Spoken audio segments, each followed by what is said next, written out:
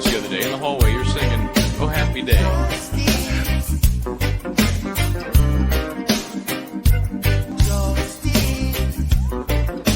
One word prayer.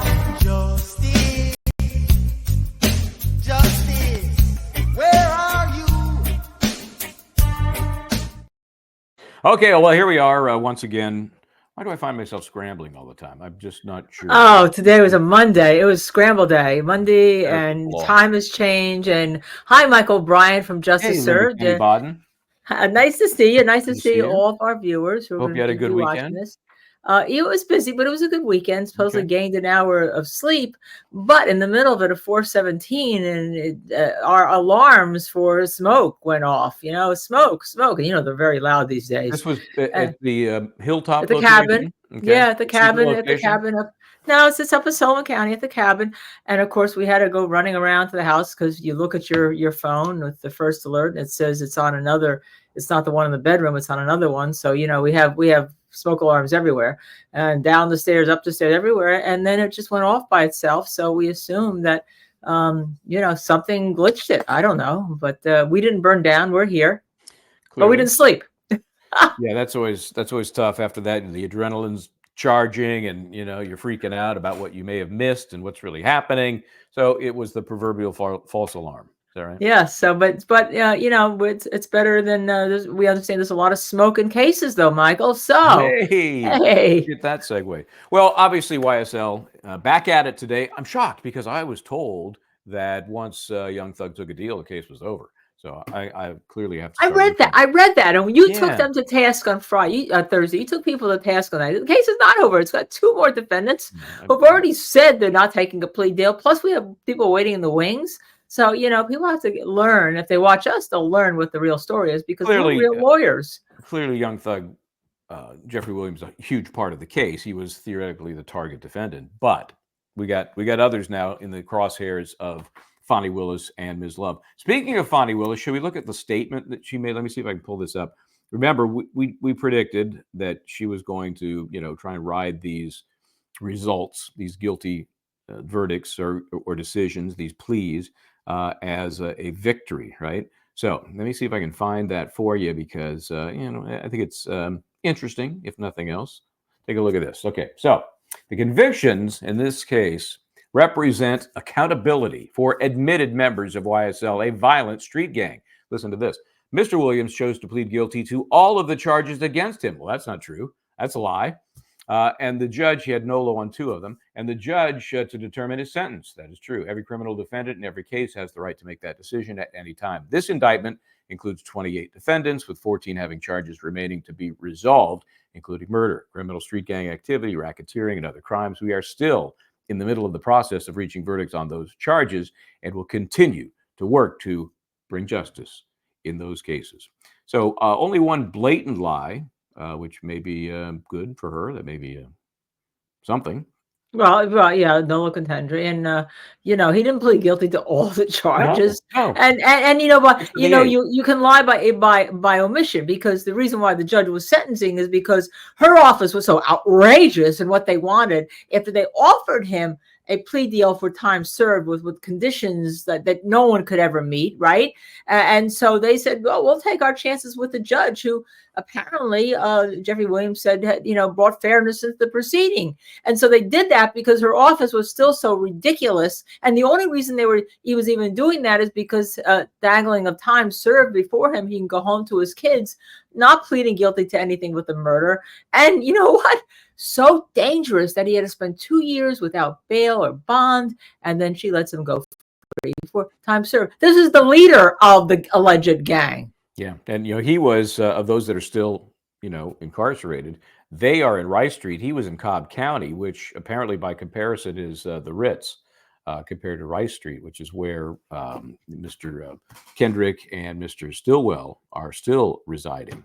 Right. And we learned from Ashley Merchant, who's on our show a number of times, that the only reason they're in Cobb County is because Fulton County is paying Cobb County to house prisoners because they're so overcrowded and they're overflowing because they don't give bail or bond to anybody at all. So yeah. Remember, they got the person in jail who's the veneer case, the dentist, or right. the pretend dentist who put veneers on people's teeth illegally. No bond for you. No No bond. bond. You're Yeah, going I mean, to I wish jail. you'd come out. I'd let you come out because maybe I'll get veneers on my teeth. I don't know. I mean, it's so ridiculous. It's beyond ridiculous. I can But envision. she proclaimed victory, and she's going to win tomorrow, and she's going to say, "You see, I'm such a great prosecutor."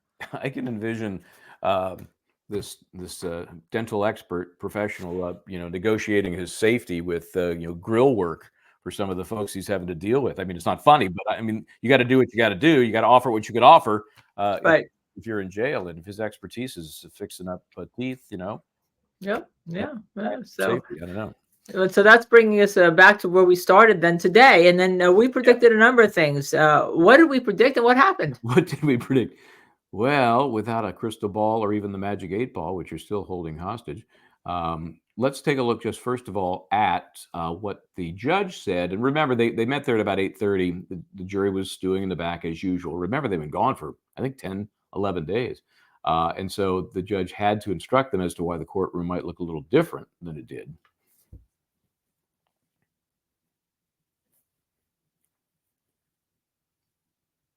Well, she's not coming up on my screen.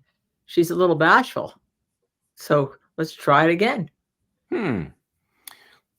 Let's find out. I definitely see her. Stand by. Stand by. Let's see if I can find her again. Where is that little rascal? There we go. Let's try this one. How about this? How about this one? So I need to give you all an instruction, members of the jury. You will notice that certain of the co-defendants are no longer before you for reasons that do not concern you. The prosecution of those co-defendants is no longer a part of this trial. You must not speculate, make assumptions, or draw any conclusions about the possible reasons for their absence, and their absence from this trial must not in any way affect your judgment or influence your verdict as to these defendants in this case. You must base your deliberations and your verdict solely on the evidence presented, and an individual determination of guilt or innocence must be made as to each defendant. All right, somebody from the state, if you all want to get Mr. Lee back on the stand, we will finish up with his testimony. All right. So good question there from Sable Right. Ruby Coco. Martinez, he is the gentleman represented by our friend Ashley Merchant. And last time we talked to her, she wasn't concerned about this deadline scheduling issue. And I heard the judge just on Friday in talking about who might be testifying, and let's take a look at the list again. I heard the reference to Ms. Merchant and this her client, Mr. Martinez. Right. I don't think that deadline is set in stone. I think it was maybe an estimate. Maybe he had some travel he had to do. Maybe they're going to have to work around that travel. I have a feeling. And she's going on medical leave. Remember, at some That's point. right. I At think some that's point. what So the sandwich is. So that was what the. But they may decide not to use them. They may decide not to use them now. yeah. Because the whole case is reconfigured and all. But I'd like to go to the question with from H Sox. Okay, it's really not a question; it's a comment. As we discuss what happened today, the state is bound to cause a mistrial again. I think she will be more likely to grant it now with prejudice since Thug pled out. Remember, our friend Doug, who's representing Yak Gotti. just want to make sure you're on your toes, right? Well, now it's down to 2. I can kind of handle 2. Said that he wasn't going to take a mistrial without prejudice. He wants it with prejudice. Yeah, and he thinks he was I winning. agree with H Sox that it's certainly now more likely than it ever has been. Going to happen? Who knows? But certainly more likely. I thought that was interesting. The very end of today, and I want to get back to Mr. Wooney Lee in a minute. But the end of today, the court again said, let's look at the witness list.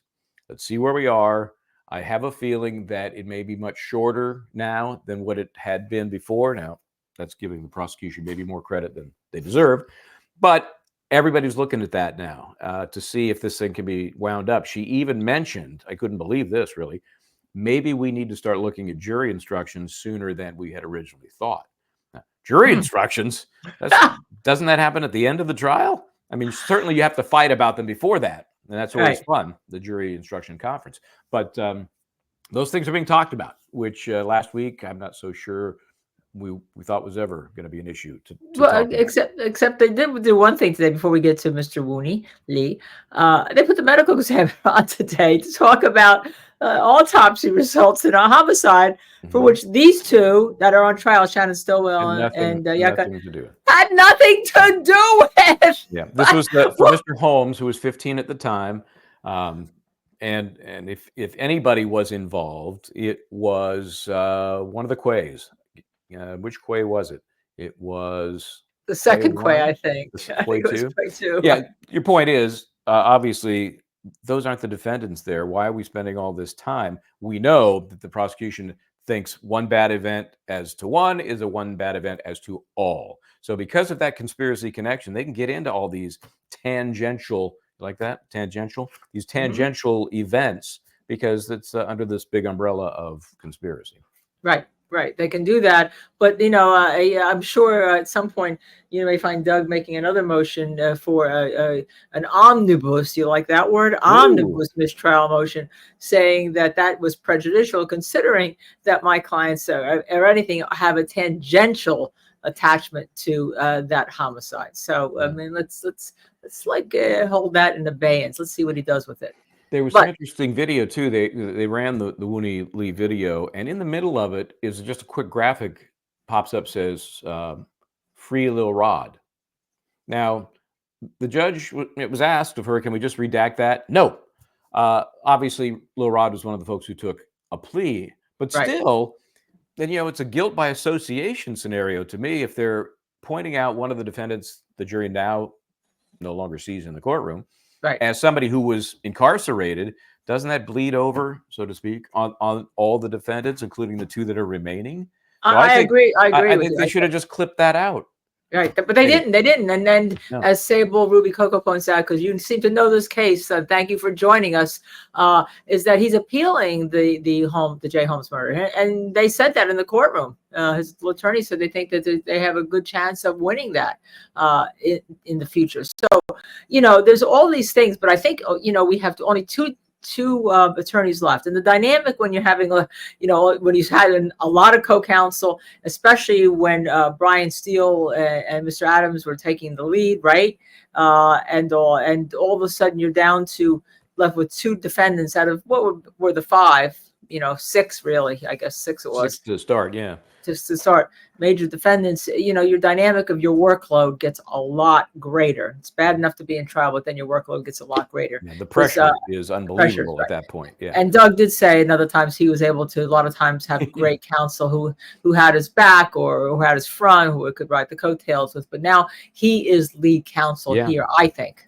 Yeah, I would agree. I mean, maybe at most they're co-lead with Max Shart, but I think he's got the heavy lift. I think he's got the more targeted defendant. Oh my God, expensive jewelry. You know how I feel about expensive jewelry, Madeira Beach caregiver. I mean, outrageous. But the whole thing with this forfeiture, bag of jewelry, just a bag of jewelry, right? Yeah, the whole forfeiture thing is out of control, and yet the U.S. Supreme Court, in an opinion just this year, basically allowed innocent people's houses to be taken from them if a crime was committed. And they've upheld those forfeiture laws. They're outrageous. They're terrible. But and people that have no relationship to even a crime, forget just this case, even a crime, gets their property taken away from them. And it's really, really terrible. I think it's just terrible. But we seem only you as viewers and voters can do something about it. Yep, and we see it as it's almost like a throwaway at the end of either a plea deal or some sort of sentence. Oh yeah, by the way, you're going to give up all of that stuff we confiscated. Right. And at that point, if it's freedom or less time in prison, who cares about your stuff, right? Right. So you cave in on it. Okay, before we get deeper into what happened today, let me back up to Wooney Lee. This may just be me. Maybe nobody else cares. But remember, this is a witness who was on the stand just before things kind of melted down at the free Quay portion of the testimony from the witness that led to the brakes being put on this case. So now he's back because he was not quite done. In fact, he hadn't really started. So this is a visual more than an audio exercise. I want you to look at this. Watch as Wooney Lee comes back, sits on the in the jury in the witness stand and looks around at the courtroom configuration for the first time. Take a look at his reaction. All right, good morning, Mr. Lee. You can go ahead and have a seat, and I'll just remind you that you are still under oath. All right, go ahead, Ms. Hilton. Thank you, Your Honor. 38 minutes. Good morning, Mr. Lee. How are He you? sees Yak Gotti over there. All right. See his eyes go. Pick up He's where like we left off. I'm pointing gonna like, show you what's already been admitted as State's Exhibit what do you, 38. and he looks at the jury.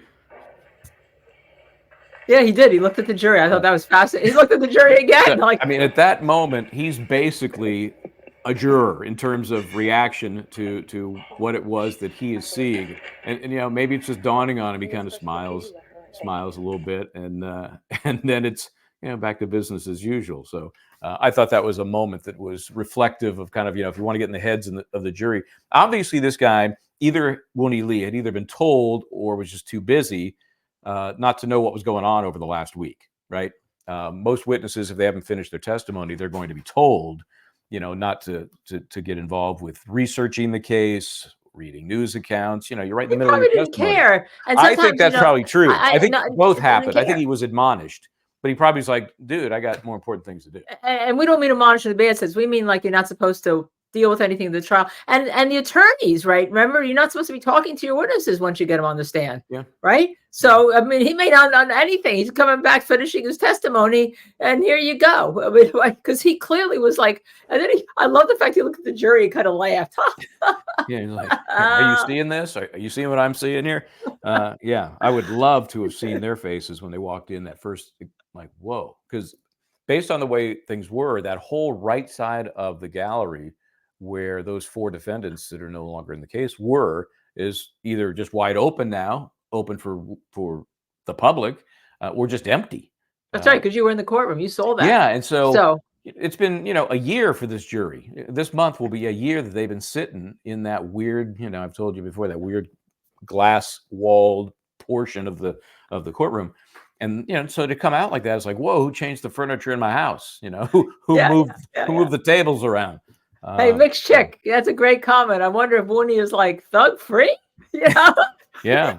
I wonder if Wooney is like thug free. Oh, wow. What do y'all think? You think that the jury's going to think they all pleaded guilty, therefore they're guilty? Or you think the jury's going to think somebody really here in Fulton County done, you know, F the hell up here, because now we're sitting here, and they're not. I can't imagine them thinking, oh, they're free. They let them go. I can't imagine that.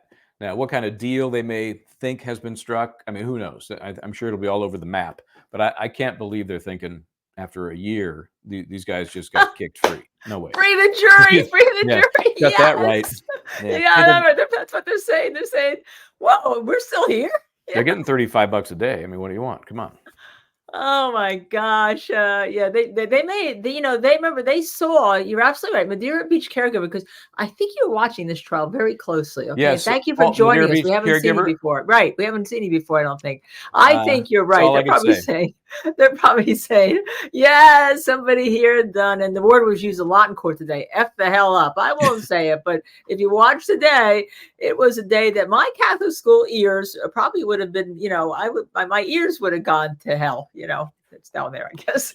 Let me ask you about this, because it was the focus of a lot of the testimony. There was some evidentiary, foundational stuff that came in regarding the search of young Thug's home, Jeffrey Williams' home. This was in 22, and so they showed the body cam footage. Lovely home in terms of, you know, the space and the design, but it had to do with a search warrant that was issued and all of the goodies that they collected. A bag of marijuana, they believe, a number of guns, a lot of guns, and a little secret room where they squirreled away apparently a gun and some other items. I'm looking for the connection to the two remaining defendants. Right. You know, that Jeffrey Williams dude, he's gone. So the cross-examination of these witnesses was pretty surgical, pretty straightforward. Didn't last long.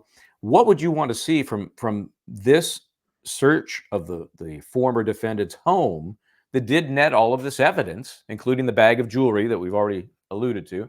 I mean, what do you want to see from that to connect it to the remaining defendants? Well, you have to show that perhaps some of the jewelry was taken from any of the victims that have been mentioned, right? And that whether it's a robbery or a murder was committed by one of the defendants still on trial. I mean, I would want to see that direct connection, not this whole idea that, well, okay, so I'm a member of YSL if the prosecution is right. And, I had a church sale or a bake sale where I sold cookies and I made money, and then I put it into a fund that Jeffrey Williams, who runs the gang, could then buy jewelry with. I mean, that could be a connection, by the way. That could be a RICO violation. As silly and as stupid as what I just said is. I've noticed that you quite often use the Girl Scout cookies story. Were you a Girl Scout? Yes, how'd you guess? And you sold cookies? Okay. I sold lots of cookies, and I'm still a Girl Scout because I buy lots of cookies and I'm wearing them on my hips. Thin mints, Thin mints, and Samoas. They don't call them that. Well, it's really interesting. They call them Samoans on some portions of the country. So if I buy Girl Scout cookies to help in Sullivan County, New York, they're called Samoans. But if I buy them in New York or on the website, they're not called Samoans. They're called something different. Very interesting. They have different packaging. Interesting. I don't understand either, but that's it. Anyhow, so I mean, you have to see something. So I think our viewers are telling us what they want to see. They'd want to see like some connection to a weapon, but connection to a bag of marijuana. As I said to you in the past, and I said to all of you in the past, I can walk down the street. I'm probably inhaling a bag just by walking down the street in New York City every single day. Yeah, see, pretty I failed eyes. the drug Yes, test. those are I think the Samoas, or whatever they may call them in this part of the world, they're underrated. Everybody talks about the Thin Mints. They're fabulous. Which are fine. Right. And if you really want, if you freeze them, they're even better. They really are good. All right, so now we're getting into it. So anyhow, hey, H Socks, you're pretty cool, okay? You'd want to see, what was that here? Nathan Wade has a missing watch. I think you're pretty cool with that. I love it. I love the snark. Yeah, well, maybe they probably had to sell some of that jewelry to pay his salary. That's probably what happened. Oh yeah, the $1 million salary. Yeah, I'd like to see some of the snark. Oh my gosh. Yeah. You'd want to see cases connected to them. Yes, pretty eyes to you. Just said the same thing that I was thinking. We must have some kind of mind meld going on here. You want to see something connected to them. And one of the things in terms of the autopsy, my client's name anywhere on that report as a suspect, back in when he did it back, 7 years ago. 5 years ago, my client's name anywhere on that report? No, sit down. See, here's the deal. This is if you're doing comedy, this is called you buy the bit, you buy the story, right? So the bit here is they're all part of a group. They're all part of YSL, okay? So any of these little things that we throw out there that don't seem to have a direct connection to the sitting defendants doesn't matter because they're all part of YSL. Therefore, they are connected by conspiracy, even if they weren't on the scene, even if there wasn't evidence directly connecting them. They're part of the YSL conspiracy, therefore RICO. That's the theory. That's the theory. Yeah. And you know what? I mean, you could get you'd have to get all 6 jurors. Or 12 jurors, right? How many do we have here? 12? You got 12. 12 jobs. You got to get all 12 jurors that have to agree here. And that would have to come from, I don't think the evidence, that would have to come from them saying, well, I saw you, I knew, they have to hint, or in their minds, they have to believe that young thug fled out, right? They have to know it, right? Even though they're not supposed to know it, they have to know it. And, they're not stupid. I'm telling you, Michael, they know it. All right. Thanks for that shout out there. Here comes drama. Appreciate that. Thank you. Here comes drama. Yes. Thank you. Thank you. We try to do what we can to try to educate and give you our honest opinion, as seasoned trial lawyers that we are, what's really happening, what's going on. And so do they think because they know it that maybe down the road they'll say, okay, they'll bite that conspiracy theory that you have and therefore they're a gang? I have no doubt there will be people on the jury that say, yeah, they're a gang. They're a bunch of thugs. They're gang members. They commit crimes. Who knows how many crimes they've committed we don't know about. I'm sure there will be at least one person on the jury. Whether it be 12, that I'm not so sure about. But there will definitely be some that think, no, that these guys are thugs, they're criminals. Yeah, and Atlanta, as we know, it's been said a number of times, has a gang problem. I remember going to a meeting at it was actually a luncheon meeting at one of the forensic groups I'm at, and someone, one of the DAs from Atlanta was speaking to us and talking about how even the cops are in gangs. I mean, and not that that's a problem, but gangs are everywhere. In inner cities, gangs are everywhere. And if you don't think gangs are in prisons and jails, then you don't That's really a pay bit attention naive. here. Yeah, that's a Yeah. little naive. Yeah. Pay And, attention. you know, so it's going to be so fascinating when they finally do come to a decision, because the verdict form is going to be about as big as a phone book, I think. So remember Yeah. phone books? Remember those phone books? Remember phone books, those things in Remember phone books? those? Oh, Raynette, can we put Raynette's comment up? The jurors are local voters. They heard Kramer say dismiss the YSL case. Yes, the problem is that apparently the voters are still supporting Fani Willis. It's just that, you know, that's the way it is. Yeah, It's I think you know. everybody's resigned to that. She's going to stay, and for whatever good she thinks it did, this statement says, "See, I'm protecting Atlantans, Fulton Countyans, and we're making a dent in this gang activity." So Yeah, and the state is a gang. Yes, yeah. this, Yeah.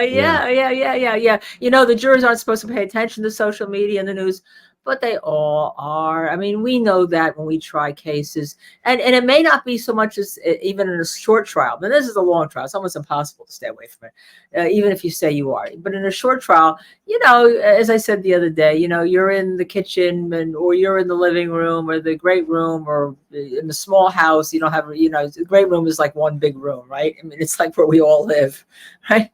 And you can hear some members of your family talking at the other corner about it. So you're not in that conversation, but you overhear it. What are you going to do? Leave your house? Move out? well, you know, I think what happens is, you know, the system is what it is. When somebody is being questioned to be on a jury, they're going to expose biases, but they have to put those aside. That's what we believe they are able to do. So if they hear something after the fact, when they've been sitting on a jury forever, and they do hear something, because they will, they have to be able to put that aside. And I guess we have to sort of cling to that belief, or the whole system is worthless. Okay, so I have a question for you, Michael. Where does the state go next? Okay, if they're supposedly honing in on their case to the point they could be giving the jury instructions, gosh, I'd love to be a fly on Doug Weinstein's wall, his war room, as we call it when we try a case. Yeah. Where would the state go next after? Well, if you look at the indictment, it's 40 some pages, I believe, and it has a series of events on it, and they've sort of been tracking it. I don't have mine in front of me right now. I should pull that up and blow the dust off of it. I haven't looked at it in quite a while, but they have a series of events that that they will continue to track. I have no reason to think they're going to shorten that, because again, all of it comes under the Rico conspiracy theory. Goes to these two defendants, even though the other four are gone. So that's I'll have to look and pick out some of those, but that's where I would expect it to go. And as witnesses are concerned, they said today they're going to continue to follow their witness list. Now that has not been made public, so we're not sure who that is. In fact, the way the state acts, they're at the end of the day they're thinking, yeah, Judge, I think we're going to have our people set up for tomorrow. I think really. Just today, you 340 witnesses. And remember, a clue is when Ms. Love was involved for the first time on the Jeffrey Williams plea, when she got involved, right? She tried a number of times to reread the whole indictment, right? Yeah. The whole indictment, you know? So you know that if she's still in charge, which we saw her step back a little bit for a while, but she got the limelight when Jeffrey had no low on 2 counts and pleaded on others. She tried to make it was you had left. I resent you for this. You had left and left me watching the whole thing, and it was fun. Not that I didn't watch the whole thing, but I had to watch Miss Love for a long time. Now she's probably going to come after me at some point. I probably shouldn't go back to Georgia to teach the public defenders again that I was doing. But come on. You know, it was really just I was at a loss for words, because you didn't need to. That's not how pleas go. That's just not how they go. Yeah, and she was there today, but she wasn't taking the lead with a lot of these witnesses. Other than she didn't do 1A Lee either. That was Ms. Hilton. But most of the other witnesses were, you know, law enforcement, a chemist. You know, none of this stuff. This is the kind of stuff. If you look at some of the individual events they're talking about, these are like low-level crimes that would never go to trial if they were standalone crimes. You know, you're gonna go to trial for a guy that has a bag of marijuana or even gun possession. And some of them have pleaded guilty to, like, you know, the marijuana joint. Like, And cops would be, remember, if you recall how we started this, cops would be calling to the stand about a marijuana joint that occurred like in 2012, right? Yeah. What? There was a plea guilty to. I mean, all of a sudden, it's a Rico count. It's a Rico charge. Yeah, and little thug Jeffrey Williams, if he is part of the gang, it makes a lot of money. We see that. I mean, to be able to afford Bryan Steele for 2 years, right? You're talking, I mean, that's basically his whole case. That's his whole firm right now. He's dealing with one case. And how like selling a bag of marijuana helps the gang, I don't know. I'm not. That's just it. See, here's the distinction. They have this bag. Okay, it's not just a couple of joints. It's a big bag. So they elevate that to intent to distribute. That's based on the quantity. I think it was just their personal stash. I don't think they're selling anything. I think it was for their creative process. They they used a lot of stuff. So. Oh, mixed chick, you and I are both going to get attacked by mixed love. When love comes back, we'll all need some earplugs. We both. I hope you don't live in Georgia. I hope you don't live in Georgia because we're going. We're obviously all getting. We're all getting like roasted if we go there. Yeah. Well, maybe she won't be in office anymore. Is that possible? Only if the feds come down and indict her for something to do with her boyfriend. Which you never know. I mean, you never. Oh, you're talking now about Fani. I was thinking Ms. Love might be. I'm talking about other things. Oh, you think Fani? Yeah. Yeah. Miss Love is a career prosecutor, I think. Fani's probably going to be state attorney general by then. That's kind of how it works in the government, right? You get a conviction and you go upward. Yes, exactly. When you get elected, if you're an appointed person, that's not necessarily the case. Like New Jersey, our prosecutors are appointed. We call them prosecutors. Bob Bianchi, a good friend of ours from Law and Crime, was an appointed prosecutor, and that you tend to have more freedom to do the right thing, Michael, as you would say, to use your tagline, okay, because you're not getting reelected. You don't have to go to the voters. Yeah. All right. So what else do we want to talk about here? On YSL, we run the gamut. Do you have any other questions before we do some? I don't. Any of our viewers have any specific questions you want us to answer? What we think is going to happen and when we think it's going to happen and what we think the result's going to be? Do you think a juror would say they saw the press conference with Steele or Adams or anything else? No, because then they'd be booted off. And then the whole reason they're there now is now they're there because it's still a high profile case, I think, and they're going to see it to the end. They spent 2 years. They're going to see this to the end. Yeah, I would think if you're the jury, and you see, 2/3 of the defendants are gone, you might be thinking, well, the end is certainly nearer than it was, maybe. Right. I think it's an encouragement to want to stay on the jury. And we know when they came back from their last long break in Glanville, think about the jury. At one point, they have to be told that there's a new judge. Now, the next time they have to be told that 4 of the 6 defendants are gone. It's just not normal. This is not a normal case. But I would think when they raised their hands, remember when Glanville was gone, the question was, anybody, hear, see, do anything that would keep them from continuing to serve? Nobody took that opportunity to take the exit ramp. So if that wasn't going to do it, then this isn't going to do it, right? Yeah, that was the finding good. Is the jury there to say, yes, there was Rico, or if these two were part of it? Well, interesting question, because they're charged with some other crimes, I think, some other minor things. There are, just like with all the other defendants who pled, the only one that wasn't was Lil Rod. He had one charge. That was the Rico charge. Everybody else, including Jeffrey Williams, had 8 charges, to which he pled guilty to 6. 2 he pled nolo. That was the Rico. And the gang charge, he pled guilty to gun possession. Maybe there might have been 2 of those. Some drug possession. Some of the search turned up tons of oxy, MDMA. Is it called the MDMA? Yeah. So which is what? Help me. You're more drug. No. I'm still on the question because let me just go back and then we'll talk about that. Okay. By the way, our viewers, what is MDMA? Okay, but isn't that X? I don't know. But if they say there's Rico, then they have to find out whether or not they are part of the conspiracy to commit Rico. Okay, so they just can't say there's a racketeering organization without finding them as part of a conspiracy to promote a Rico organization. Right. So it has to be 2-pronged. There have to be overt acts. that are in furtherance of the conspiracy. So that's why you see all of these little things that might not even be standalone worthy of Right. trial. Right. Now they become magically more important under a Rico analysis. So finding good is as the follow-up question, Michael, what happens if there is no Rico? Well, that's interesting. Because if you look at all of the deals so far, including Jeffrey Williams' NOLO on Rico, because remember, NOLO just means you're not contesting it. You still get a conviction on that charge. You're just not contesting.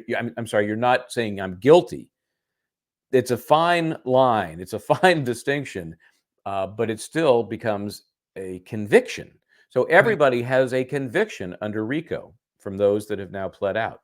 Yeah.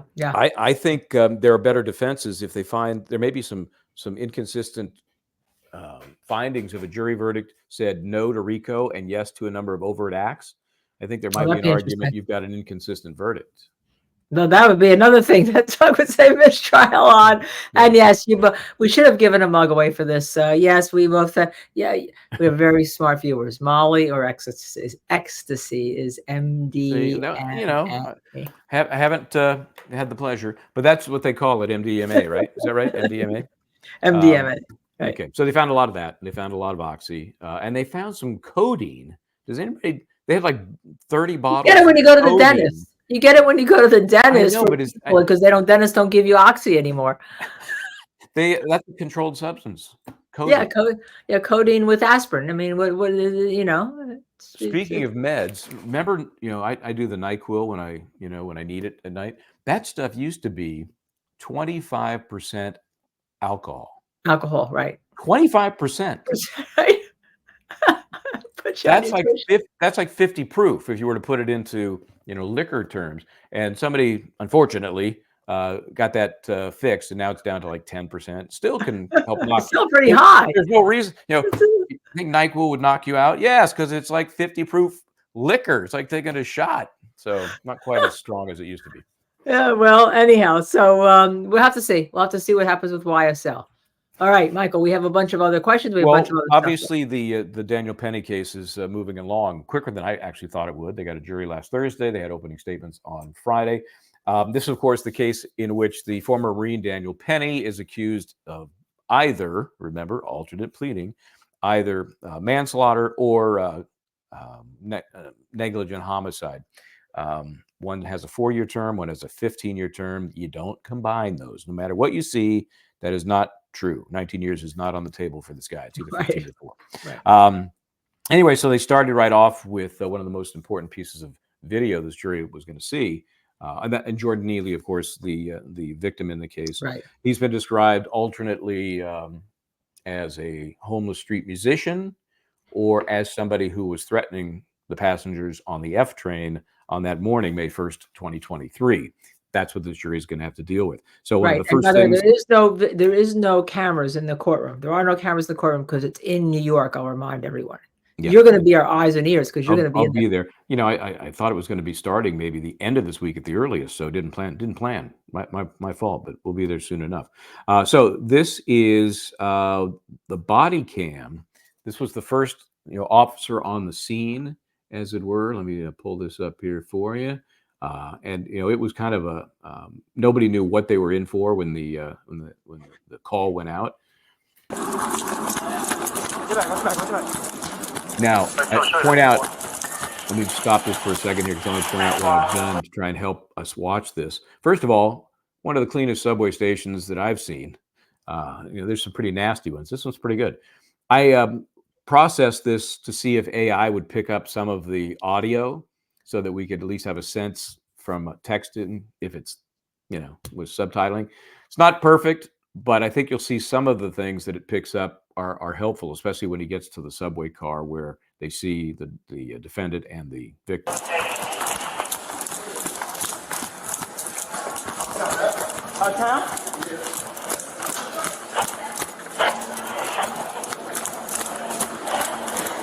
This is a cop who's just running really blindly to the car where they've got this call about somebody in distress, potentially criminal, the F train being subdued by another passenger.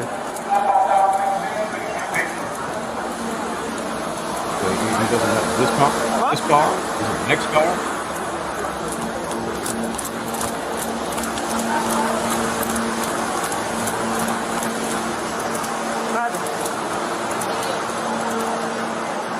We get on there. When he came onto the train. You got anything on him? What's that? You got anything on him or no? I don't know. Yo, my man. I just put him out. Okay, let's rehash that. The cop said, did he have anything on him? And Daniel Penny says, I don't know. I just put him out. Right. Okay. So that's critical because there's going to be an issue about whether he knew or didn't know Jordan Neely had a weapon. Turns out he did not have one, but the knowledge that Daniel Penny had at the time he was trying to restrain him is theoretically more important than reality. If it turned out later he had a weapon, it wouldn't matter unless Daniel Penny knew about it. Yo. Oh. We get a bus. No firearm. You got a pulse or no? I feel a You feel the pulse? You breathing, right? Try it on the wrist. Put a rush. I did. He's unconscious now. I understand. He's not breathing. That's not looking good.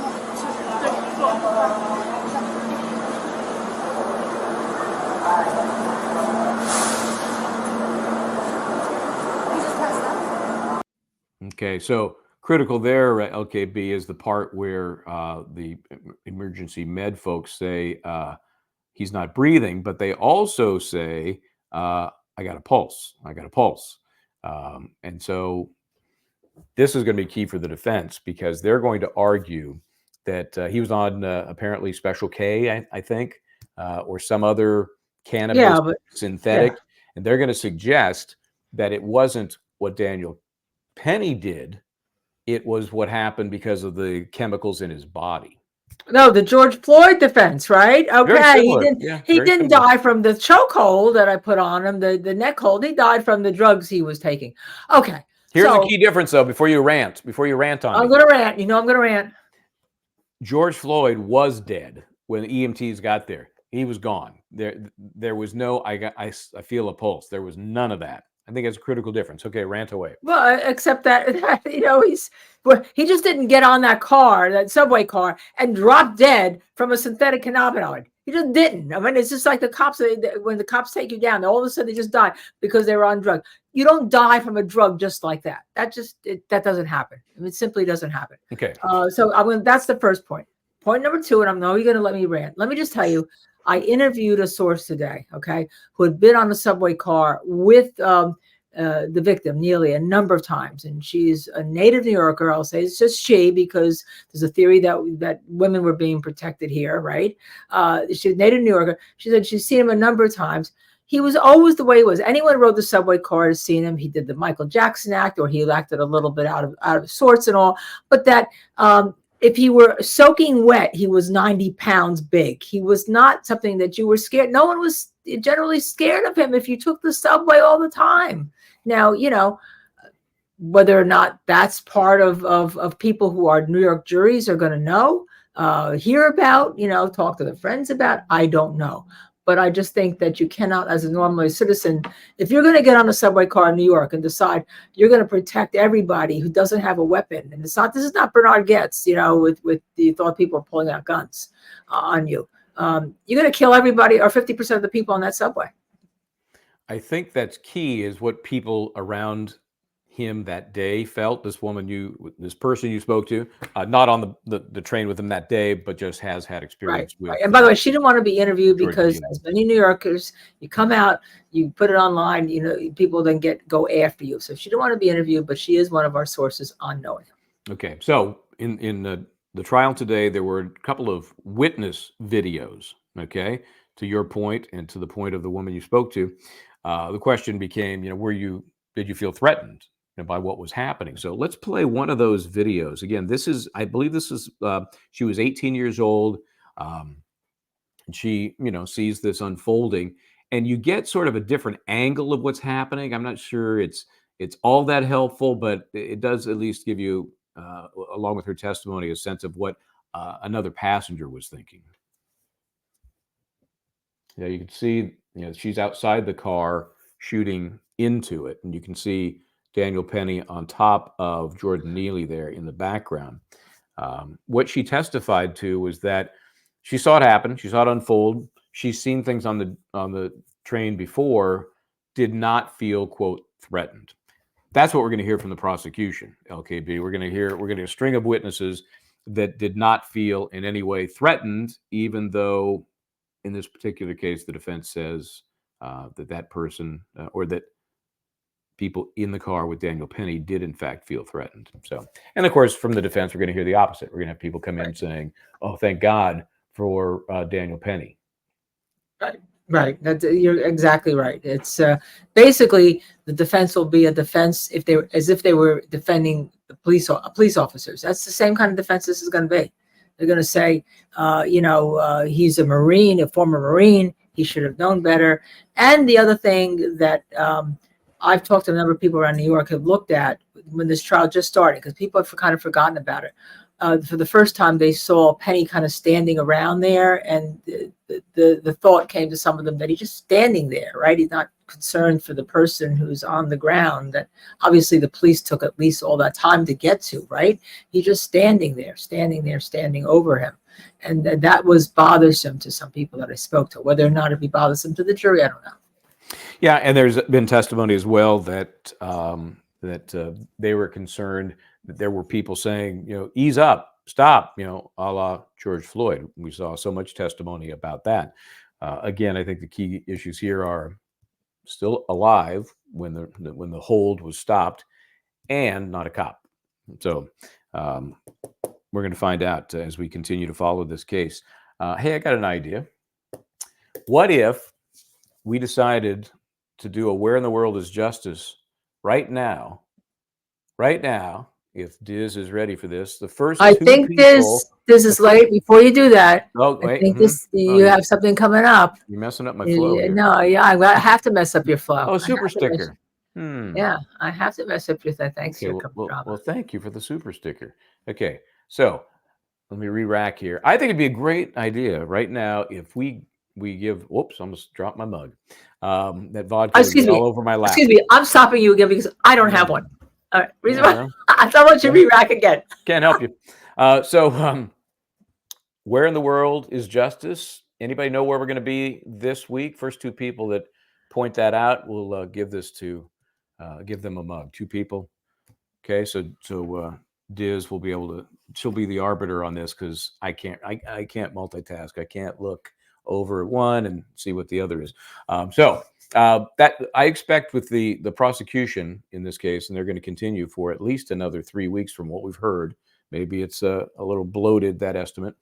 We're going to see a lot of witnesses that talk about what they saw, what they felt, more videos, I am sure. There's some interesting sketch artists, because remember, New York is keeping sketch artists, employed because and there's some great sketch artists. Great sketch artist. Really? Yeah. Is it he, she? Who is it? I believe it's a she from the one. I'm and also, the reason why this case also may garner some attention too, Michael, is that the chief prosecutor head of this case is Joshua Steinglass, and he's the one who convicted a former President Trump of the 34 felonies that we watched. Well, we didn't watch them, but it was like we watched them. CNN had a big thing and was doing the testimony all the way down, right?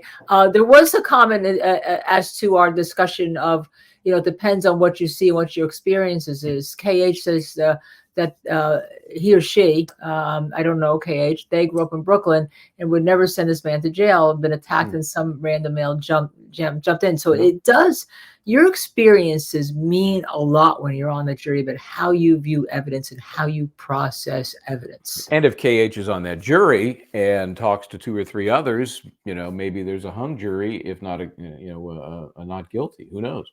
I saw a note there. Here comes drama. It's crazy Linda doesn't have a mug. Well, she hasn't earned one. You gotta earn one by telling us where in the world is justice. The problem is if I tell you where justice is, I know. Wait, I know where you're going to be. Okay, I am your pod partner. I have inside information. Sounds like insider trading. Right, and unlike Martha Stewart, I really don't want to go to jail for a mug. Let's see. I'm just looking right now to see where is Michael going to be, because it's not going to be me. Actually, it's going to be Michael. I'm actually surprised. I'm a she. Okay, KH. I'm sorry. I didn't want to misidentify or identify. We're very, it's. Well, KH, I mean, that's, how do you know? I'm glad we got that cleared up. Are you going to be in Massachusetts? Are you going to be in Indiana? Or where are you going to be? Are you going to Mississippi? There's been Indiana, I Mississippi. thought I saw one Zoom by that had the right answer on it. I thought I did. Well, I see pretty eyes. That's not as specific as we would like, but I think we know what you're talking about. Two people said, Pretty eyes. "Are you on this, Diz?" Two people said MRH, New York that I can see. MRH also. Shannon, Julie. Oh, Diz got this the first two. Oh, she's got it. Okay, good. Let me. I'm out of this. Yeah. No. Okay. So Diz. Who are they? Shannon, Juliana. Giuliano. Well, Giuliano. Oh, it's New York, but he comes to New York all the time. Can we get a more specific case? Can we get more specific location? No, you know what really he's going to be? I have to move out of the screen for this. Okay. I will give you some inside information. Okay, I mean, that's about as specific as it can get. But I'm going to trust Diz to handle this situation. She's the official. Oh God, here we go. She's the official, and we'll, whatever she says. Does this have? Do these have any meaning to anybody as to where in the world justice could be? No, they don't. They have They have no connection at all. Hey, before we go, I want to cover one thing. I think it's time for us to jump on the peanut bandwagon. It's the peanut story, because that's New York, right? That is New York. Peanut the squirrel. New York tax dollars being well spent. You want to give us the broad brush on what this story is about? Yeah, well, it's changed a little bit today, but generally, Peanut is a squirrel, and he had a brother that was a raccoon. Fred, I think, was it Fred? Fred the raccoon. The raccoon, and they had been in Pennsylvania. Then they recently moved to New York, and supposedly somebody reported Peanut the squirrel, who'd been living with a family for 7 years because he was rescued by this family when his mother was run over by a car. All right. And the family that rescued him was not a wildlife rehabilitator, but they just rescued him. And Peanut became an inside house pet, from what I gather. But apparently Peanut may have nibbled somebody when they were over. So the New York authorities swooped in, according to the swarm. It was like a SWAT operation.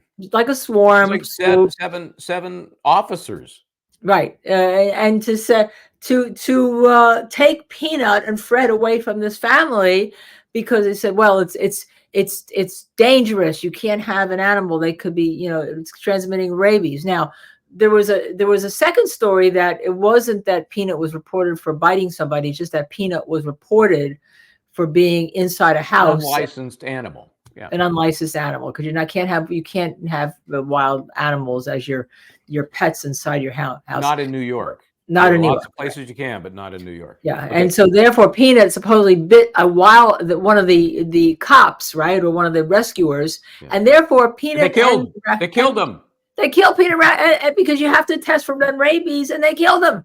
They killed him. I mean, so let's hear from the grieving Peanut owner, and we'll see how threatening and horrible Peanut was, because we have kind of Peanut had more than 1 million followers, and the money they were making from Peanut they were donating to they had a little wildlife kind of rescue operation underway, and that's where the money was going. Watch this. It was the best thing that ever happened to us. And we got confirmation that they put him down. DEC officers, about 6 to 8 of them, showed up and gave me a warrant for a squirrel and a raccoon. We complied.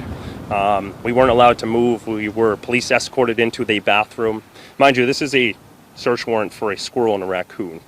And I feel like this was a little bit of an overkill. Look at that little bug. I mean, it's unusual, no doubt about it, but I don't see the threat, and I don't see 6 to 8 officers dedicated to this. A search warrant, which means a judge somewhere signed off on this brilliance. I just don't get it. I don't understand the thought process. Yeah, I You know, mean, help me. well, I mean, if Peanut had bitten somebody that came in the house, I understand why there was. But then can't you just call people? Where's common sense in these days? Okay, where is common I have sense? heard, and I'm not sharing this information because I can't confirm it, but apparently, if you believe what's out there, and they've identified this woman, they've doxed her. It was some woman, I think, in Indiana or Texas, that obviously not New York, that had heard about this squirrel Because and he had an internet raccoon. account. He had an Yeah, internet account. yeah, well, yeah, I said he had more than 1 million followers, and she decided that was not good, and filed a complaint. In fact, I was told many complaints, and so that's how they decided to act on Peanut and Fred. And the result Horrible. is Peanut and Fred are now dead. Okay, and that's Yeah. not a wrap, although maybe it should be. That's unfortunate. Unfortunate. Yeah. Okay, well, Yeah. that's a downer. I'm sorry about that. I brought this to your attention the other day Yeah. because I was so upset. I somehow missed it. I don't have Yeah. the pet feed or whatever it is that that would have popped up on. But as soon as I started looking into it, I saw a couple of network packages today that were. I mean, it was huge. People Right. were so upset about this story. Yeah. So maybe you can. I thought maybe we have time. We can set up some sort of fund to help the animals that they have like 300 some animals that they take care of Right. that was Right. being funded through the Peanut social media. So if you feel like you ought to help out, I think you can find it and contribute because they were doing some good work thanks to Peanut. I don't know. Maybe in moratorium, he'll continue to generate money for the program. No, he may want to move back to Pennsylvania. That's all I can say. Anyhow, yes, we ended on a downer. But you know what? The result is that maybe, you remember we did a story before we go on the beaver that was wanted to be taken by DEC, and the people had to go to court. And this was a wildlife rehab organization, so the beaver can't go out into the wild. Just like the family here said Peanut couldn't make a living, so to speak. Couldn't survive. Couldn't survive. 7 And years I put in, in people's the terms. household like, pet. right. Yeah. And that wasn't going to happen. And So, I don't think that's everybody's cup of tea, but so what? Yep. You know, that's Yep. not really the issue. anyhow, we will be covering. I mean, it's an important story. Animal rights are an important story here. People love their pets. Come on. Yeah, animal rights. Animal rights are very, very important. So let us know what you think, Michael. I know you have some words of advice. Oh, do I? Yes, I believe, and don't forget, we're getting into Penny this week, and we will send out the "Where in the World is Justice" mugs to whomever Dizzy has anointed as the winners in this. But in the meantime, I'm Michael Bryan. Try to do the right thing. And I'm Linda Kenny Bodden, and we're Just to Serve, and we'd like you to subscribe, like, share, and notify, and we'll see you Wednesday.